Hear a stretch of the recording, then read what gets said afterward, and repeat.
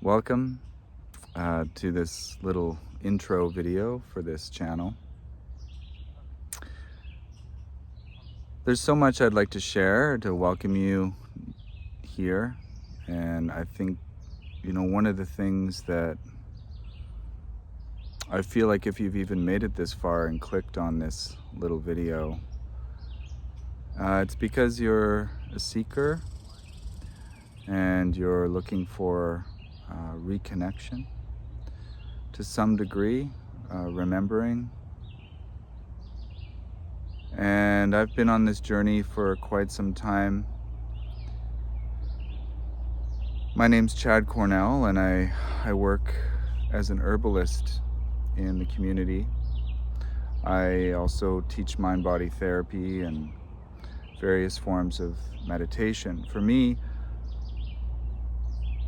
plants and working with the natural world around us has been primary to my journey and to my survival, to my well-being. As I learned myself what plants could do for me, and of course, fantastic fungi as well, I soon started to just dive deeper and deeper into studies, deeper and deeper into the mystery.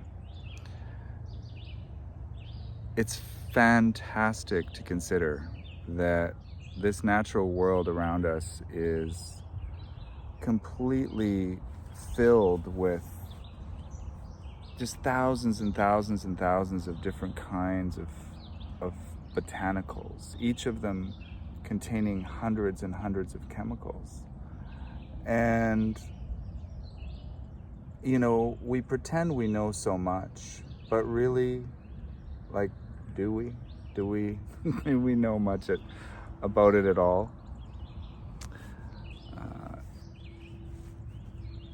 I now, after years of studying and practicing, I've spent the last 20 years helping people out, addressing physical, emotional, mental, spiritual issues, using natural methods.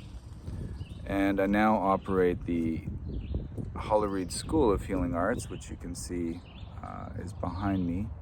We're on the La Salle River in central Canada. And I feel like more and more people are becoming interested in natural methods of staying well. I think we're also collectively realizing some of the real problems with the medical model that we've grown up with, that the medical model itself is sick, that science, as great as it is, there seems to be a sort of fork-tongued science. There's real science, and then there's sort of money symbol science.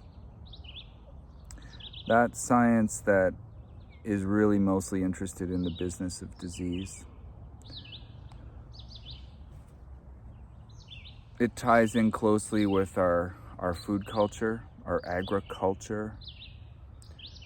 We do maybe unknowingly exist in an unspoken cult.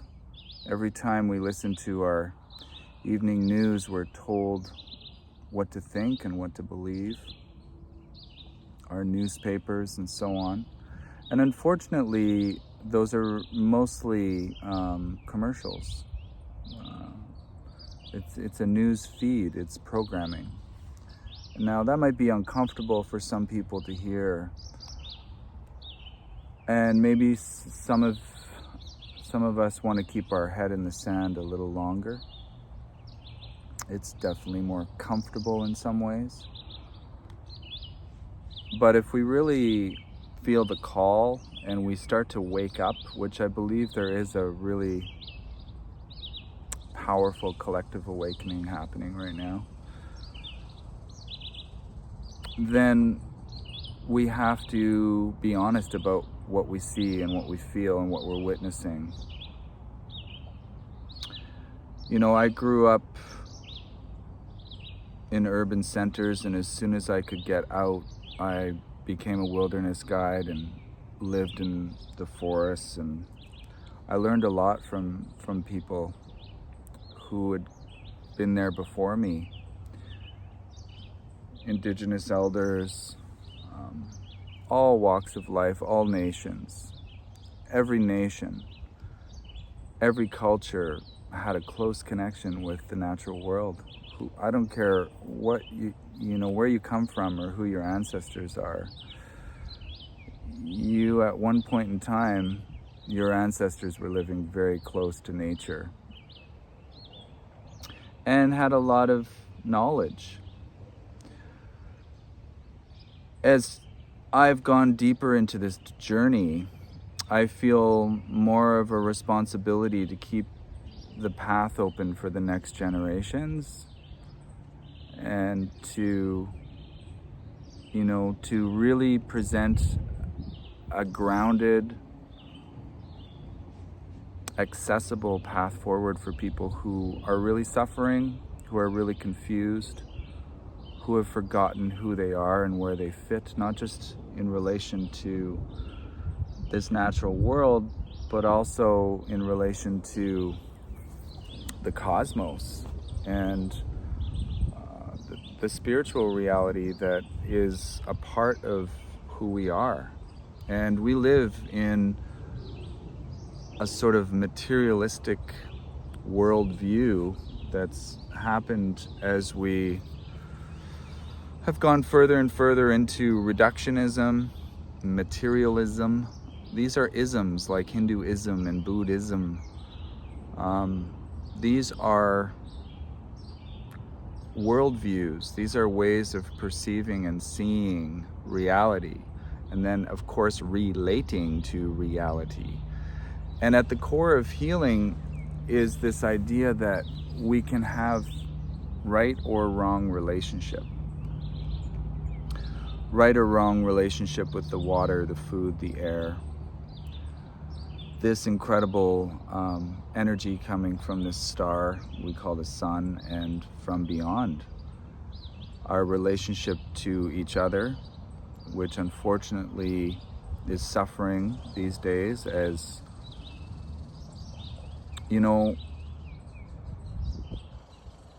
it's hard to talk about health and happiness and well-being without talking about what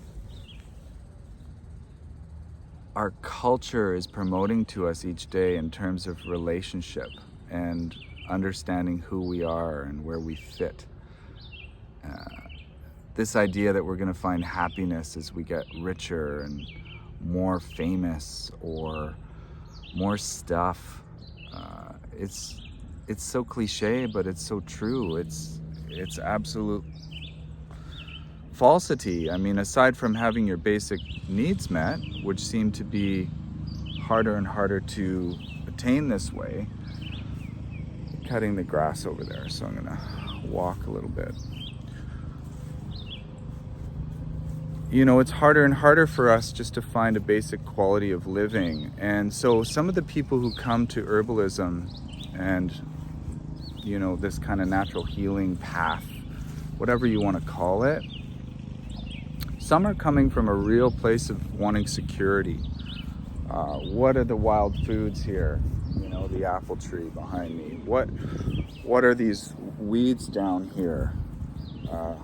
That many of which were planted by our ancestors. Like, I don't have to go far, and here we are already looking at clover, looking at dandelion, looking at plantain.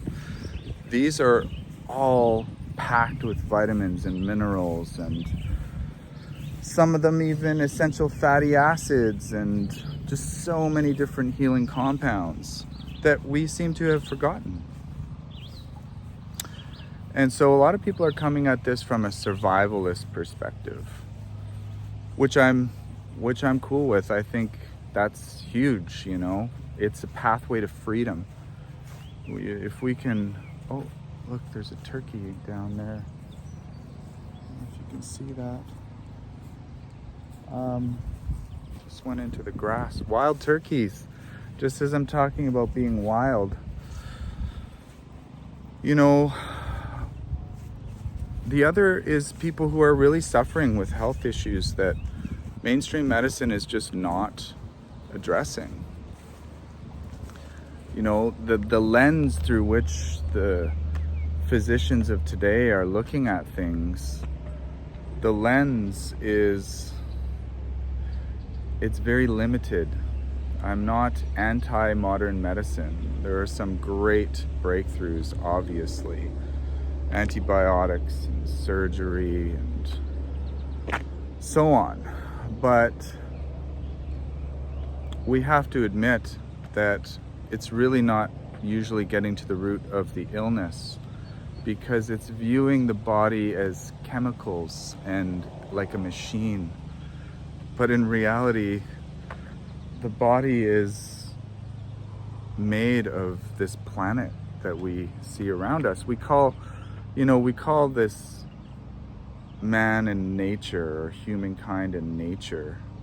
But in reality, there is no line separating us from the rest of the natural world, which we eat and become, which we drink and become, which we defecate back to and urinate back to. I mean, it's so silly to even consider that we talk in terms of man and nature.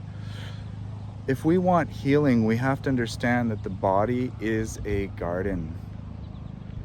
And we have so many traditions, from Ayurvedic medicine that goes back thousands of years in India, old school European approaches, the humor system, very similar, traditional Chinese medicine, absolutely elegant systems with tons of modern research going into them, lots of scientific discoveries and verifications that they do work. So we have to realize there's a great divide happening right now. There's a power struggle on, as there's been, oh man, when did that start, right? Was it religious? Did it start as, you know, the battle of religions and killing off all the healers that, you know, represented any kind of obstacle to new religious paradigms?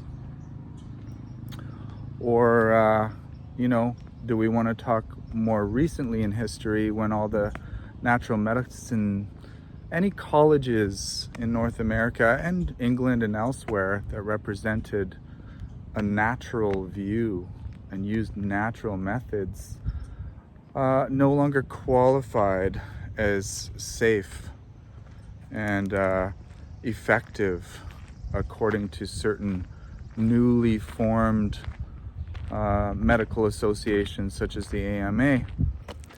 And so just like we see today, there's this centralized group saying, you know, you can't use that. We don't deem it safe. We don't deem it effective, even though we've been using it for thousands of years, and we ourselves might experience something very healing from it. It doesn't count, because this organization doesn't verify it as fact or as truth. So we're in a bit of a power struggle that's, you're not going to see an ad for an herb on your commercial in between, you know, periods of the hockey game or your favorite TV show, because there's no huge money in herbalism. And nobody's going to spend the money patenting the herbs, because why? You can't patent nature.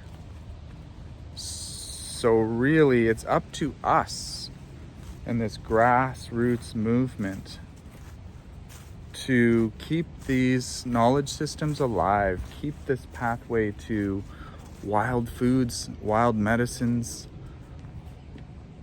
our connection to the outer world going, our traditions, our ancestors walked with this knowledge. It's ancient and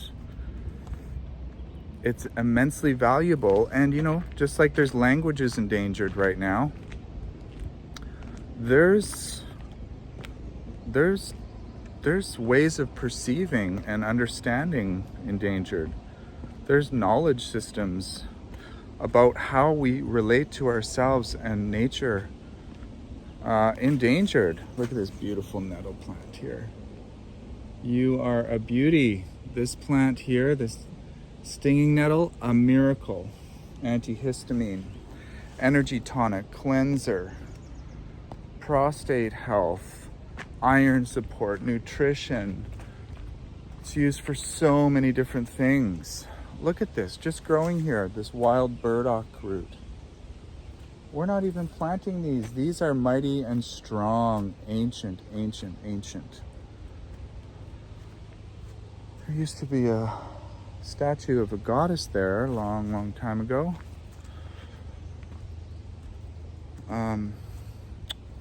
We're in need of sincere people who want to sort of keep the living tradition alive, keep the living tradition of herbalism, but not just the outer connection. See, part of what keeps us enslaved is it's fear. It's in our minds. And the fear depends on us forgetting our inner connection as well.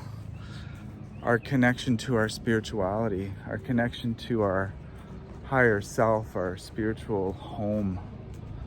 I know that's not for everybody, and I don't blame you if you're raised in a material reductionist culture. Then of course you think you're just a body. If you haven't had certain experiences yet that sort of blow that whole idea out of the water, if you haven't been introduced to the transcendental realms yet, then of course you do. But there are systems that understand that nature's energy, like this here, this is an amazing device built by Buddhists that traveled to this spot. We're in a very sacred site here, and at the top you might notice there's a crystal. That's because this is an energy transmitting tool. It's not just a religious shrine. We have to remember, yes, the body's a garden, but everything is frequency. And fear is frequency. Love is a state. Health is a state. Dis-ease is a state. So I reluctantly get this selfie stick going and use the technology. I held out for quite a while. I thought, I'm never getting a cell phone. But now I realize that I see there's benefits. There's an importance to us building this noosphere of collective consciousness, finding portals to each other, and really helping each other open and see, and I like the idea that these kind of channels aren't just about some random guy talking about different things, but people sharing things. I love when I see channels where people are sharing things with each other. Anyone can be judgmental and critical, but there's two ways to healing, and what could be called a masculine method tends to be the war against disease, chemicals, blades. But then there's the nurturing of life, which we could say is a little more feminine. Not that there's not beautiful male nurturers and gardeners, and I really respect the masculine. There's a place for warriors. We have to be warriors right now. But healthy masculines protecting life, providing and protecting what's sacred. And part of what's sacred are these gardens, these seeds that we can harvest more seeds from and grow from those seeds, not these Terminator genes and these crazy inventions that are coming out now. There's a saying that, that's a hill worth dying on. But what if it's like a garden worth living for? What if it's a garden worth living for? Never mind a hill worth dying on. We have to remember we're not alone. And ignorance and darkness, so to speak, it's out of integrity. It's not in alignment. Imagine a building built out of alignment, or a bridge not built with integrity. It doesn't stand, it doesn't last. And the vibration, the frequency with the most integrity is truly love. And that might feel a little woo-woo for some people. I know it's a pretty intense world right now. But it's up to us to create a sanctuary. It's up to us to create that in itself. Stay in the creative. Fear freezes you, shuts you down, cuts you off, separates everybody. But what this is returning to the living spirit, the light that is the light that these trees are catching and passing on to us, and these fruits and these flowers and these leaves. But it's also us returning to the circle. It's us returning to the circle. Nature is not square. Our books are square, our computers are square, our buildings tend to be, our windows are square, square, square. This phone I'm looking at is square. But nature's not square, it's a circle. And that's why we don't just learn through books all this stuff. I run an apprenticeship program and a meditation school. I work with addictions recovery. I work with kids. I do forest retreats. I've been doing this for 20 years. And what I've noticed is I'm not just talking about people who have been in, plant medicine ceremonies and all these kinds of sort of heavy duty retreats, but I'm talking about bubbas from the country coming to my retreats and saying, I don't understand, but I had a dream about a plant in my yard over and over again, and I was shown in the dream it would help my husband with his cough. So sure enough, I went out in the yard and there it was. And I looked it up, and sure enough, it's good with coughs. And sure enough, he tried it, and sure enough, his cough went away. Now, you might not believe that if you haven't had that kind of a dream before, but it happens all the time. Once we open ourselves up as sort of ambassadors to healing in nature, and if our intentions are genuine, then amazing things happen. Our higher self, our unconscious, angels, what your language is, up to you. But we're a part of nature and body, but nature's not just body, nature's also consciousness. Nature's also consciousness. All of these plants have different consciousness. They're all breathing, eating, drinking, and they can communicate to us. That's the wormwood. Wow, that's smelling so fresh and strong. Here we've got our garden valerian. Wow, Very nice. Some of you may know that incredible root, valerian. Also a very beautiful smelling flower. So if you're interested in learning about plants, if you're interested in helping those you love and yourself, I should probably frame this all as traditional knowledge and educational purposes only. So, consult your physician if you have any serious health conditions. I will say, walk gently, respectfully, humbly, sincerely, and do your research before you start, getting too gung-ho with plants. But we also just don't have to be afraid.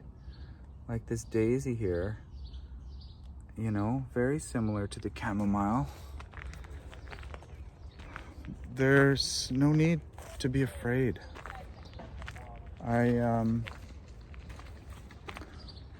This is a path of adventure. This is a path of just awe, just pure awe. So if you're interested, certainly please do subscribe to this channel. It's the first time I've ever said that. Subscribe to this channel. Let's see if we can grow this community. And Inula, look at this plant. Wow, El Campaign. It's gonna have a gorgeous flower on it in a little bit. And then look at this guy. So beautiful. Let's seek out the beauty, like hummingbirds and bees. Let's seek out the awe. It's good for the soul. At the end of the day, that's what I've learned from the healers of Peru. It's one thing to be concerned about the body living a long time, but the soul is the essence, is what we travel on from when we leave this sort of body cocoon. And you can have a sweet soul, or you can have a bitter soul. You can have a faith-filled soul, or you can have a terrified soul. And that's kind of, look where we are, just meandering around here.